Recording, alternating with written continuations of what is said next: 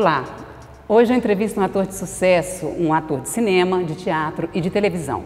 Ele está em Uberaba fazendo um trabalho de um produtor, de um diretor uberabense.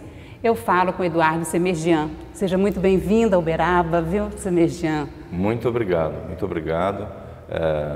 Eu já tinha vindo aqui em 2012 para a gente filmar o Supernova, do qual a gente vai falar daqui a pouquinho.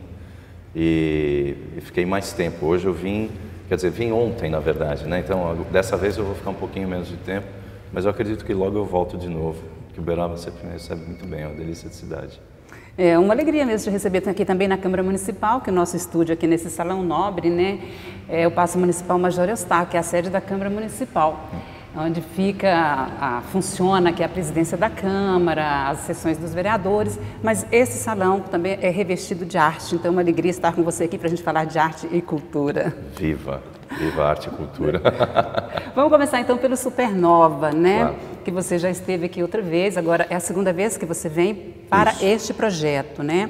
O Supernova é um curta-metragem que é produzido também, é dirigido pelo Gui, é um amigo nosso, o Gui Tensol, o Guilherme Tensol. Agora, como que você efetivou, como concebeu esse encontro de você com o Gui, com essa equipe e com o Uberaba? Então, na verdade, em 2000 se não me engano, 2007, 2008, houve um outro filme em que o Gui e o Mário Dipoy participaram com outras funções que não de diretor e produtor, né, que eles são hoje, e me chamaram para fazer o filme. Então, na verdade, eu os conheci lá. Aí, alguns anos lá depois... Em São Paulo? Lá em São Paulo, tudo em São Paulo, que eles estudaram na Academia Internacional de Cinema. Aí, era um filme do pessoal da academia. Então, aí passaram alguns anos desse filme, o Mário me ligou para a gente conversar. Aí fomos eu, Mário e Guilherme, conversamos, eles me contaram a respeito do Supernova. Inicialmente era um curta, hoje já virou um longa, na verdade, né? E quiçá virará uma série, que é o que a gente está tentando também. E aí eu me apaixonei pelo projeto, achei a história maravilhosa, e justamente por ela ser uma história tão extensa, eu disse que assim, isso aqui tem capacidade para ser algo muito maior. E aí, no fim das contas, a Supernova acabou crescendo e virou um negócio muito legal. A gente já filmou grande parte em 2012, a primeira vez que eu estive aqui, que eu protagonizo junto com a Greta Antoine, né?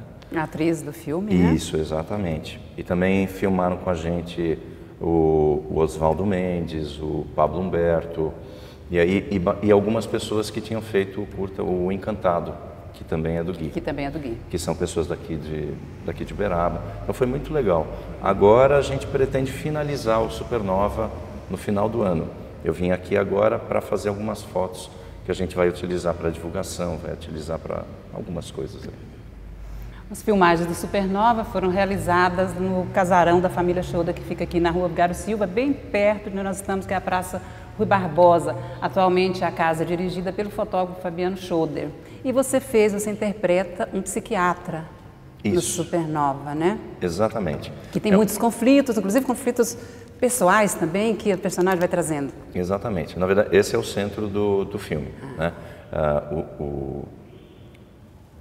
O Albert Delacroix, que é o meu personagem, ele é um psiquiatra, trabalha em um sanatório, que foi filmado no sanatório aqui de Uberaba, né?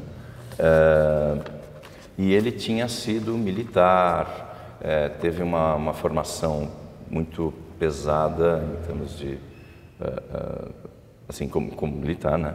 E aí ele viveu em Israel durante muito tempo, se formou em medicina, se tornou psiquiatra, e depois de uma desilusão lá em Israel com o governo israelense, ele resolveu sair de lá, voltou para o Brasil, porque na verdade ele era brasileiro, ele é brasileiro, e aqui no Brasil entrou no sanatório, e ele chega aos 50 anos num momento de crise pessoal, né?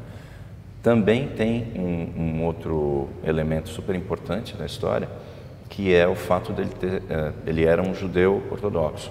ele se tornou um judeu maçom, né? E na maçonaria ele trabalha com a Cabala tem muito a ver com a história também do Longa, né? Então todos esses elementos eles contribuem para a gente tocar o Supernova.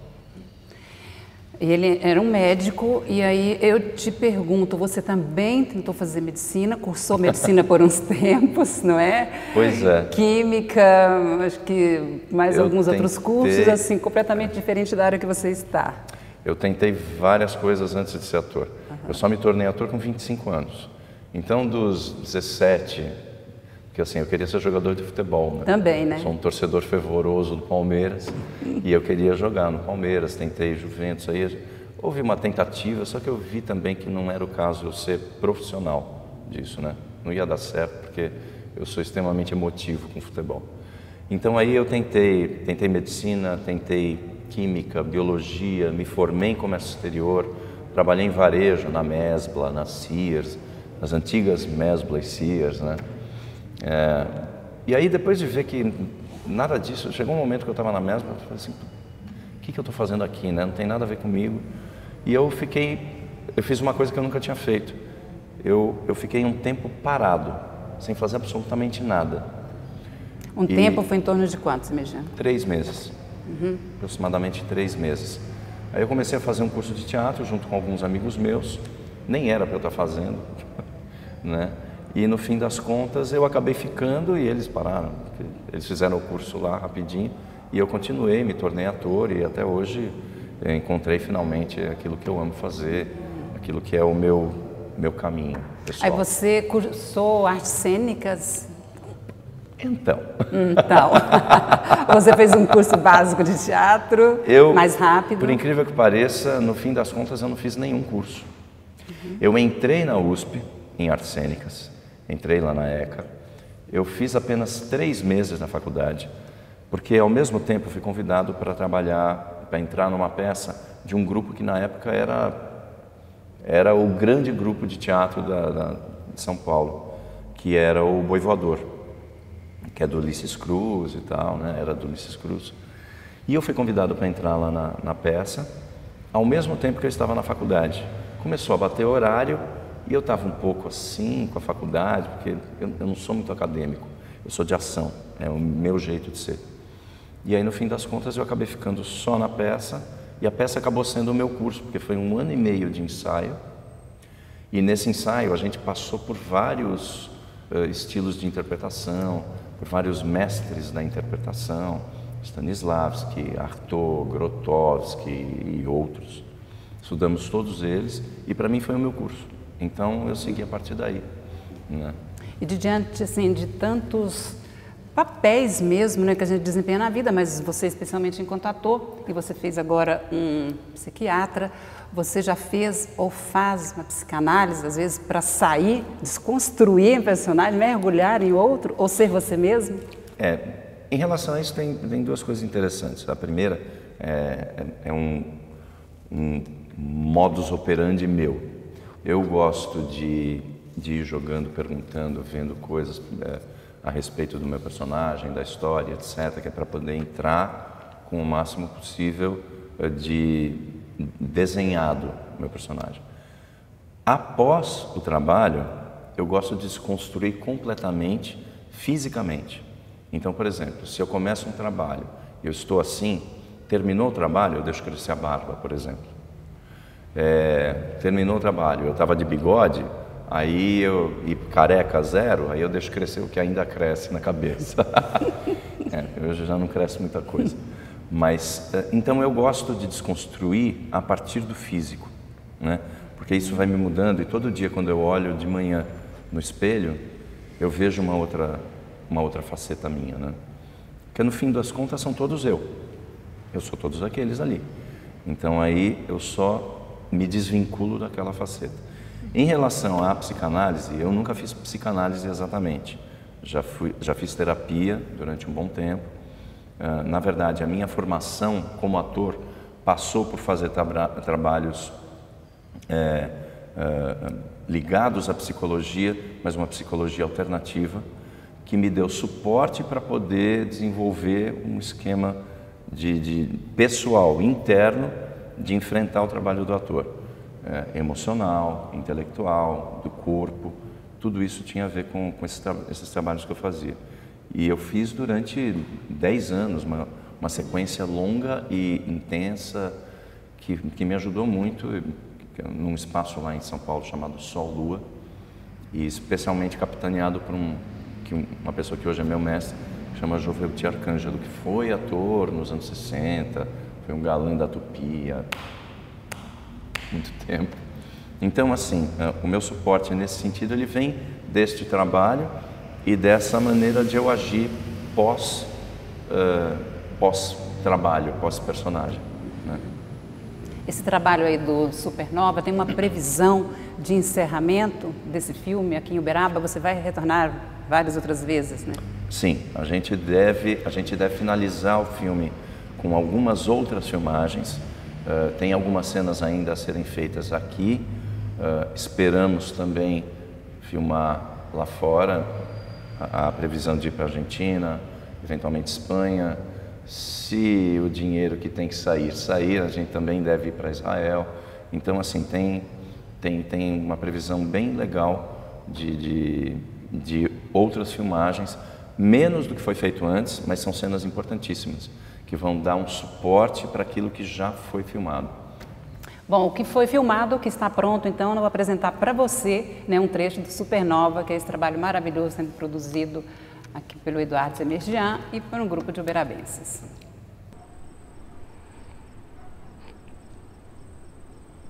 Quer um pedaço? Você tá comendo aí? Seu cadente, eu acho.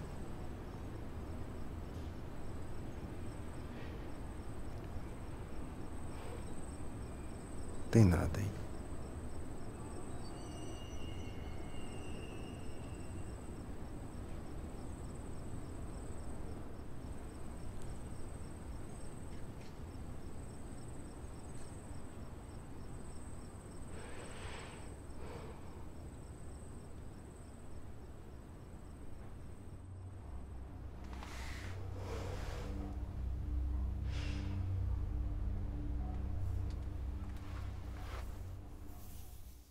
Nessas suas vindas a Uberaba, o que você tem sentido da nossa terra? Como que você vê Uberaba em termos de cultura e arte? Tem uma coisa em Uberaba específica, assim, que me chama muita atenção. Uberaba é uma cidade que tem detalhes extremamente interessantes. A questão do Chico Xavier, né? Ou seja, de uma certa forma, é um centro espiritual, né? Aqui em Minas, de uma maneira geral, existe uma coisa muito forte nesse sentido, né? Espiritualmente falando. A terra em si, aqui tem muita rocha, aqui tem diamante, nem sei se tem hoje, mas tem. Minas Gerais, de uma maneira tem geral, essa origem, né? né? Então assim, aqui em Uberaba, eu sinto que existe uma energia muito forte. Então, a presença do Chico Xavier aqui na cidade, uma pessoa que eu conheci ontem, por exemplo, eu não conhecia, que é o Rodolfo, que ajudou a gente nas fotos ontem e vai ajudar também a mexer com outras coisas, porque a gente vai fazer vários produtos diferentes, né? Não é só o filme, vai ter outras coisas e esse garoto vai ajudar. E ele, eu descobri que ele é mundialmente premiado por trabalhar com dinossauros, que ele refaz dinossauros a partir do estudo dele. Ele é um designer gráfico. Então, assim, eu vejo que tem pessoas que saem daqui que são geniais. O próprio Gui, eu acho o Guilherme extremamente especial. Ele é de uma inteligência brutal. Para formar o que é o Supernova, não é qualquer um, porque é uma história extremamente complexa. Então, assim, aqui de Uberaba, eu vejo que as pessoas tem pessoas que são extremamente inteligentes, extremamente criativas. Então, nesse sentido da arte, da cultura e da espiritualidade, isso me chama muita atenção aqui em Uberaba. As histórias que eu vim ouvindo, que o Gui me conta de vez em quando. Então isso me chama muita atenção aqui. Isso é bacana porque a gente pode, inclusive, contar com você em mais projetos, né? Porque Uberaba tem essa Claro. riqueza cultural mesmo, assim, e Claro. muita coisa ainda a ser desvendada. Semerjan é um ator, você nasceu, a sua escola é o teatro, né? Sim. Mas aí você já foi para o cinema, nós vamos falar sobre isso, pelo cinema, a televisão, as minisséries, as telenovelas, né? Mas a sua base é teatro. Ah, sem dúvida. É porque, na verdade, assim, no teatro, o teatro tem uma diferença em relação às outras mídias, cinema e TV, e hoje em dia web também, né? Que não dá para... Ela já está inserida de uma maneira muito forte. O teatro, ele dá uma coisa que nenhuma outra dá, que é esse contato pessoal, perto, de as coisas estarem acontecendo naquele momento e a gente ter que se virar naquele momento com aquilo que está acontecendo. Se dá uma crepe, cai um refletor em cena, eu tenho que me virar com aquilo, né? Óbvio que numa situação extrema a gente para, peça, não sei o quê, mas quando acontecem imprevistos, a gente tem que se virar na hora. Também o fato de fazer várias vezes exatamente a mesma coisa. Como fazer isso de maneira viva, de maneira que não fique chato, de maneira que não fique acomodado. Então, assim, o teatro te dá essa escola de manter algo vivo. No cinema e na TV existe algo um pouco mais, digamos, é mais rápido, né? Acaba também exigindo, normalmente, que isso seja feito de uma maneira mais você tem que ser mais esperto, né? No teatro você tem mais tempo para as coisas. Então são exigências diferentes, mas a base para você conhecer tudo de uma maneira mais abrangente é o teatro. Por isso que eu acho que o teatro é sempre muito mais importante para o início de trajetória de um ator do que começar pela TV ou começar pelo cinema. Eu acho que é mais difícil quem trabalha na câmera, né, ir para o teatro depois. Fazer o inverso. Exatamente. É mais difícil do que você do teatro vir para a TV. Exatamente. É um eu acho caminho que é um caminho bem mais complicado, eu acho. Bem mais complicado, porque você vai de uma coisa bem específica para algo que é muito mais amplo.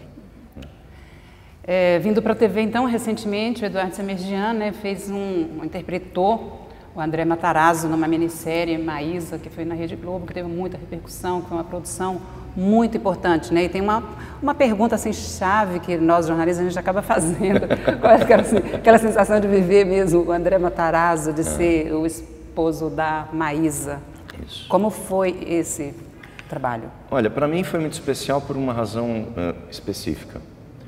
Teve algumas coincidências e eu não acredito que sejam só coincidências nunca. Eu acho que tem a ver muito. Que assim, André Matarazzo estudou no mesmo colégio que eu, Colégio São Luís. É mesmo? Lá em São Paulo. Vários anos antes, mas sim, foi no mas mesmo colégio. colégio. Ele nasceu exatamente no mesmo ano do meu pai. Então ele tinha, teoricamente, a idade do meu pai. E teve um dia que aconteceu um negócio que eu não me toquei, eu só me toquei quando eu olhei. Que assim, quando foi, porque assim, eu tive toda o figurino foi todo feito, foram feitos 4, 5 ternos diferentes, camisa foi feita especialmente para mim e tudo. Com muita elegância, né? Foi, porque o cara era um conde. Ele era um conde, era um ricaço, era um patrocentão, era uma pessoa de elegância e tudo, então tinha que ser a mesma coisa, eu tinha que fazer a mesma coisa. Então, quando o figurino foi feito, eu fui provar o figurino e eu coloquei uma camisa. Aí eu bati o olho, que antigamente você colocava as iniciais aí eu vi lá, AM, André Matarazzo. Na hora me veio as camisas do meu pai, porque eles chamavam Antônio Magdaleno. Magdaleno é meu nome verdadeiro, né? AM, exatamente a mesma sigla. AM, eu falei assim, gente, e eu o tempo todo, eu sentia muito forte a presença do meu pai enquanto eu filmava. Era uma coisa impressionante.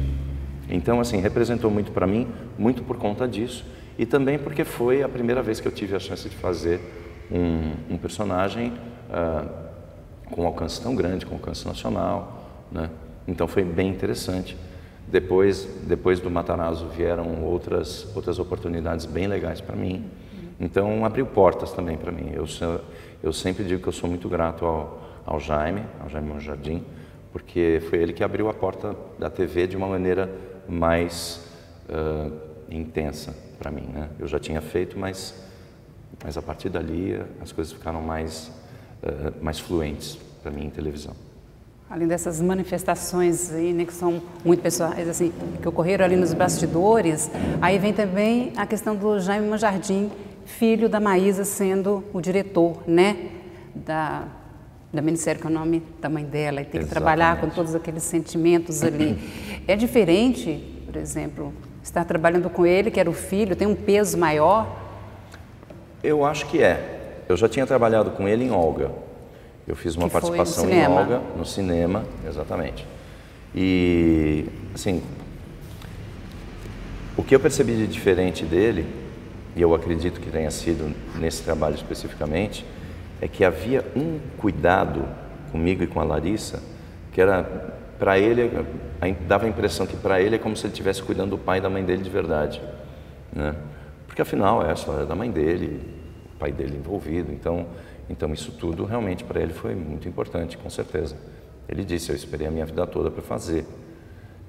Então havia sim um cuidado especial e trabalhar com o Jaime foi bem interessante, porque eu sentia nele a cada momento ele vivia de uma maneira muito especial, no sentido de fazer com que a gente tivesse esse mesmo carinho, esse mesmo amor pelo trabalho, e houve, na verdade, e houve mesmo. A Larissa se entregou maravilhosamente, ela estudou 6 meses antes, a Maísa, antes de começar a filmar, né? Eu também peguei uns 3 meses antes, comecei a estudar, fui vendo. Eu tinha muito a ver com a família Matarazzo no sentido de morar do lado, de passar na frente da casa todo dia, de estudar no mesmo colégio, de gostar da história de São Paulo. Eu estudei a história de São Paulo com o maior prazer, porque assim, eu tenho paixão por São Paulo. Você é paulistano, né? Sou um paulistano arraigado, assim, eu adoro, não tenho vontade de sair de lá, sabe? Tem muita gente que fala, porque São Paulo está horrível, porque não sei o quê, porque cresce, é poluição, é trânsito, tudo isso é chato mesmo. Mas assim, eu tenho uma paixão por São Paulo, eu não tenho a menor vontade de sair de lá, adoro. Então estudar a história de São Paulo para mim foi um arraso, assim, porque eu descobri coisas que eu não sabia e coisas que na verdade se ligaram ao que eu já conhecia da cidade. Então, mas num outro nível de importância, né? Sim, exatamente. Me ajudou a me colocar naquela época e naquela sensação de ajudar a fazer São Paulo crescer, que foi o que a família Matarazzo fez, né? Nós vamos ver também um trecho, então, aí da minissérie, que você é Jean, né, na Maísa. Como assim, gente? Eu gosto de cantar e quero gravar o disco sim. Nossa, é o meu maior sonho. Que despropósito, você está grávida. Esperamos o bebê nascer, eu não tenho pressa. Assinamos o contrato depois. Eu quero apenas uma promessa sua, Maísa. Um sim. Sim. Sim. É uma ótima ideia. Não, Maísa, nem pensar. Eu quero, André. Está fora de cogitação. Já ia te perguntar mesmo essa questão da projeção que a televisão confere aos atores. E especialmente, assim, na Rede Globo. Né? Que são os trabalhos que são feitos. Isso ajuda bastante você que tem até uma formação assim diferenciada de teatro, de cinema, mas a TV realmente projeta, né? As grandes redes abertas, e principalmente a Globo, a Record também tem uma dramaturgia que hoje cresceu, se desenvolveu de uma maneira bem interessante. Eles estão com produções bem interessantes. Você fez produção lá, né? Fiz Rei Davi. Record, o Rei Davi, né? Fiz Rei Davi em 2011, 2011, que foi também um trabalho que eu fiquei muito mais tempo no Rio fazendo Davi do que Maísa, por incrível que pareça. Porque foram 30 capítulos, eu participei de 21 e era muito intenso. E foi um trabalho maravilhoso, eu nunca tinha feito um trabalho de época daquele jeito. Toda a parte técnica se desenvolveu de uma maneira fantástica. Então, assim, maquiagem, figurinos, etc. Foi uma coisa, assim, assustadora e ao mesmo tempo linda. Eu me diverti fazendo batalha, lutando com espada, não sei o que, aprendendo a lutar, que é um negócio que eu nunca tinha feito. Enfim, mas voltando, assim, à questão da projeção que pode haver, né? A partir da Globo. A Globo tem esse alcance nacional, que obviamente é a maior emissora que a gente tem no país, embora outras emissoras, principalmente de canal fechado, estejam ganhando espaço, a Globo ainda é a maior do país. Então, eu ganhei uma projeção em Maísa que eu não tinha até então. Muitas pessoas que não me conheciam começaram a ver meu trabalho, gostaram, e a partir daí eu tive outros trabalhos na TV. Tanto que, assim, eu fiz várias coisas na TV Cultura, por exemplo, antes da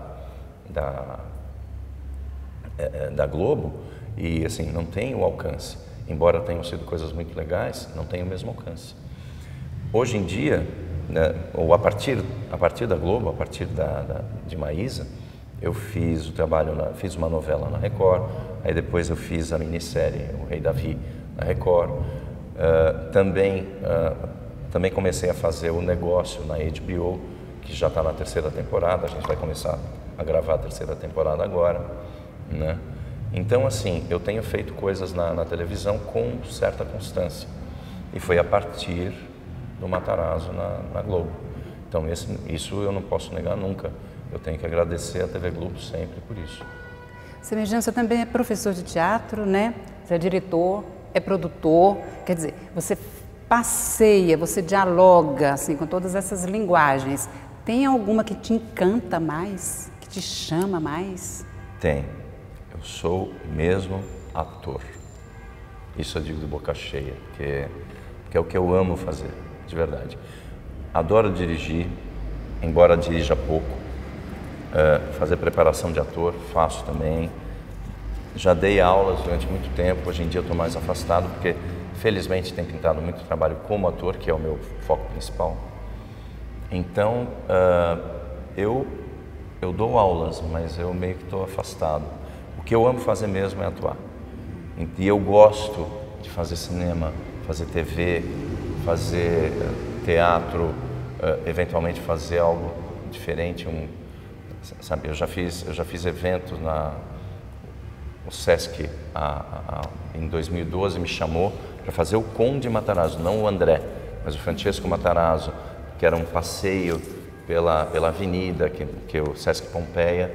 Ali ele fica do lado da Avenida Francisco Matarazzo, onde tinha as empresas, ficaram algumas poucas casas, chaminés e tal. Então eu fiz esse passeio. Então, assim, eu gosto de trabalhar em várias mídias e de várias formas. Mas o que eu amo fazer mesmo é atuar, não dirigir, não como professor. No cinema você já fez vários curtas, fez uns 10 longa-metragens também? Já fiz. Fez Carandiru? Acho que não chegou a... Carandiru eu não fiz o filme, eu fiz na TV, aliás na Globo, eu fiz a série Carandiru Outras Histórias. Eu fiz um dos episódios, que era o episódio... Porque os episódios eles focavam nos personagens. Tinha, se não me engano, acho que foram 20 episódios, posso estar errado, mas digamos, desses 20, cada episódio focava num personagem específico, na história desse personagem dentro do Carandiru. E o que eu fiz era focado no personagem, no Chico, que era o personagem do Milton Gonçalves.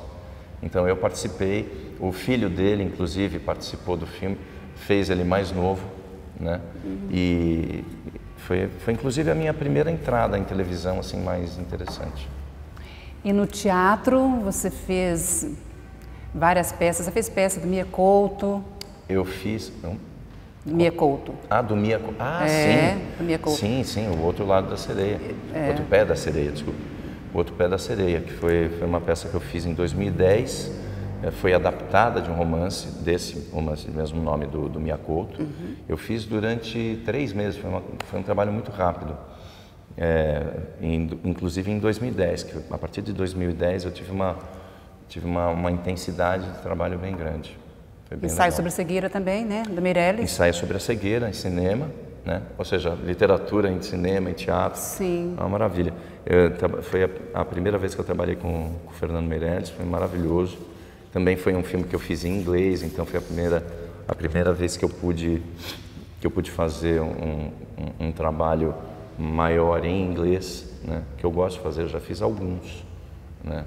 Que é uma coisa que eu acho gostosa. Você já fez também. um trabalho do Shakespeare, né? Do Hamlet? Já, eu no teatro fiz Hamlet. Na verdade, em teatro eu tenho, acho que 24, olha que bom, já perdi as contas. Isso Isso é bacana, senão você já fez bastante. Eu acho que eu estou na 24ª ou 25ª peça da minha carreira. Eu estou nesse momento, quer dizer, acabou agora a temporada em São Paulo, a gente vai viajar. Estou com caros ouvintes. Hamlet eu fiz em 2013 e 2014. Não, 2012 e 2013, que era com o Tiago Lacerda, eu fiz o Rei Cláudio, então para mim foi maravilhoso, né? Eu trabalhei com a direção foi do Ron Daniels, que é um diretor brasileiro, mas que ficou anos lá na Inglaterra, ficou radicado lá e foi diretor da Royal Shakespeare Company, então tenho tido o prazer de trabalhar com gente muito legal mesmo. O Tiago mesmo Tiago Lacerda fez um Hamlet maravilhoso, né? Às vezes tem essa imagem, porque é na TV, só novela, porque é galã, porque é superficial. Não, o Tiago é um ótimo ator mesmo. Você imagina, tem uns dados aqui que é aliás, dados assim, lamentáveis em relação à cultura, a questão cultural do Brasil, né? Que foi da FEComércio, do Rio de Janeiro, Sim. Que apresenta aqui 92,5% das pessoas não costumam ir a exposições de arte. Da mesma forma, 88,6% não assiste peças teatrais e 73,7% não costuma frequentar cinema. Como é que você faz essa análise? Esse é o seu trabalho. Como é que você vê isso? Eu vejo isso com uma tristeza brutal, porque na verdade arte você pode aprender em casa, quando você é criança, como eu, por exemplo, levo minha filha de 5 anos ao teatro, eu levo minha filha ao parque para ver exposições, eu levo ela para ver um monte de coisa, no sentido de ampliar a capacidade de raciocínio, de criatividade, de pensamento da minha filha, né? E de emoções também. Ao perceber que o povo brasileiro, via de regra, não assiste isso, a gente vê que a capacidade do brasileiro de refletir sobre a própria realidade é muito reduzida. E isso é o pior legado que se pode deixar para um povo. Não conhecer a sua cultura, não conhecer a arte, não conhecer, não se dar a chance de trabalhar a criatividade e o pensamento crítico através da cultura e da arte. Acho que isso é responsabilidade, sim, do governo brasileiro. Acho que isso é, sim, responsabilidade de uma educação mal cuidada, porque se a gente tivesse mais educação, também teríamos esse outro lado do espírito crítico, da criatividade, etc. E assim, enquanto não houver interesse do governo, seja governo federal, estadual, municipal e de qualquer lugar do país, enquanto não houver interesse em fazer as crianças se envolverem com arte, se envolverem com cultura, a gente vai continuar um país que vai cair. Nós vamos continuar caindo, e nós estamos caindo, acredite. Isso é uma coisa mais triste que existe no país, eu acho. Ok, existe fome, existe um monte de coisa, mas assim, a gente só consegue reverter esse tipo de coisa através do próprio povo que se manifesta. Se o povo não tem o espírito crítico, que é desenvolvido através da educação, da arte, da cultura, como é que ele depois vai chegar e vai dizer, eu quero comer? Ele só vai dizer, eu quero comer, que é muito básico. Ele não vai propor nada que seja mais elaborado, não vai exigir nada que seja mais elaborado e não vai enxergar coisas que deve enxergar, que são feitas pelo governo. Então, eu vejo com uma tristeza profunda. Você fala mesmo de fomentar essas políticas públicas, essas políticas governamentais. Nós temos aí aquele ticket, né, que é um vale cultural de R$50 por pessoa. Isso não garante uma consciência da cultura no país, da arte no país? Eu acho que é uma ação extremamente legal. Você dar R$50. Agora, mais do que isso, porque não adianta nada você dar, é a mesma coisa que você chegar e dar um pote de caviar para uma pessoa que nunca viu caviar, não sei o que é isso. Então, ela provavelmente não vai usar. Mas nem vai saborear aquilo, né? Não vai saber, porque ela vai olhar e falar, não sei se eu gosto disso. Que é exatamente o que acontece. A questão não é só o adulto, porque esses R$50, eles acabam, de vale, eles acabam sendo dados na mão do adulto. Agora, você precisa pegar a criança e falar, vem aqui, a gente vai te mostrar teatro. Sabe o que é teatro? Vem aqui, a gente vai te levar no museu. Sabe o que é museu? O governo tem que fazer isso. Existe também de casa. O pai, a mãe, tem que levar a criança, tem que levar o seu filho, a sua filha, para conhecer lugares de cultura, de arte. Agora, se os pais não têm esse conhecimento, eles vão levar as crianças aonde? Se não tem o dinheiro para isso, eles vão levar aonde? Então, precisa haver um trabalho que comece de agora com crianças, porque isso vai fazer com que as crianças, além de serem mais cultas, mais inteligentes, mais criativas, elas vão ser menos violentas, elas vão ser mais amorosas, elas vão criar alternativas de poder sobreviver, de poder dar alguma coisa para o outro. Sabe, porque está faltando também muita solidariedade. A cultura traz isso, o amor pelo outro, porque você começa a criar um emocional mais sensível a partir da arte. E, infelizmente, a criança, que deveria ser o foco, a longo prazo, ela não tem essa chance. Então, para modificar esse cenário, né, esses índices aqui, tem que começar por um processo de educação mesmo, que aí vem a responsabilidade, como você está dizendo, primeiramente da família. É um investimento. É um investimento, porque você não vê o resultado de cara. Você não pode ser imediatista. Você vai ver que algumas pessoas vão pegar o vale, vão assistir alguma exposição, vão ver algum cinema, etc. Mas assim, o foco tem que ser a criança. Para a gente pensar em 2030, para a gente pensar em 2040, para a gente pensar no desenvolvimento a longo prazo, que é uma coisa que não se vê hoje em dia. Semerjian, e a arte, ela está muito mais acessível, né? Hoje tem aí teatros, museus, alguns patrocinadores, então ela está mais popular mesmo, tem mais acesso para as pessoas irem. O que eu sinto é que existem algumas empresas que, de alguma forma, estão criando uma consciência social. Isso é extremamente positivo, porque o que esse governo faz, o setor privado acaba fazendo às vezes do governo em várias situações. Então, mesmo que seja por uma questão institucional, etc., eu acho que é respeitável que ela tenha um ganho institucional se ela realmente tem uma consciência social e cultural. Então, o setor privado tem tido um peso muito grande na cultura, no sentido de levar a cultura diretamente ao povo, à criança, inclusive, coisa que o governo deveria atuar de uma maneira mais intensa e não faz. Então, eu acredito que se houver mais incentivo para as empresas, o governo não precisa nem fazer grandes coisas, mas incentivar as empresas a entrar a tomar essas ações, eu acredito que isso pode ser uma saída também para a gente, uma entrada para uma sociedade diferente. A gente precisa de pessoas mais sensíveis.